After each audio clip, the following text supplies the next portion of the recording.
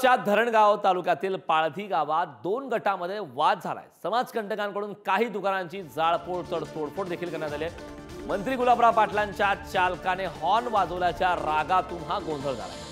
शिवसैनिक आणि गावातील तरुणांमध्ये हा वाद झालाय। राड्यानंतर गावात तणावपूर्ण शांतता आहे। गावात संचारबंदी देखील लागू करण्यात आली आहे।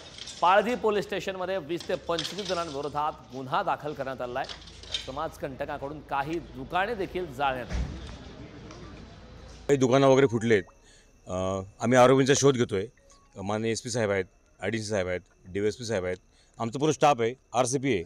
सध्या आता गावात शांतता आहे। आमचं बोलणं चालू आहे आणि ज्यांनी हे सगळं केलं आहे त्यांच्यावर सर्वांना गुन्हा दाखल होईल आणि कायदेशीर कारवाई होईल। कशामुळे घडलेलं आहे सर, काय कारण आहे? त्या संदर्भाने तपास चालू आहे। आम्ही सध्या जरा शांतता करतोय। आता या गावात पूर्ण शांतता झालेली आहे।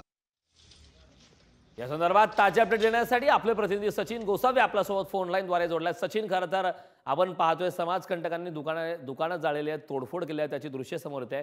किरकोळ वाद होता असं कळतं। नेमकं या वादाचं कारण काय होतं ज्यानंतर इतके मोठे परिणाम पाहायला मिळत आहेत?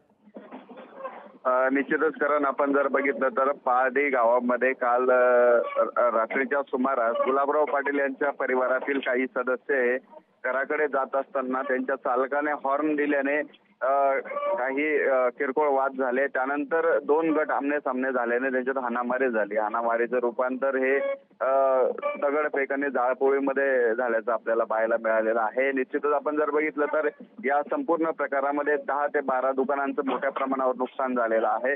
तर 4 ते 5 वाहनं या ठिकाणी जाळण्यात आल्याची देखील प्राथमिक माहिती समोर आलेली आहे। सद्यस्थितीत आपण जर बघितलं तर पाळधी गावात आता तणावपूर्ण शांतता आहे।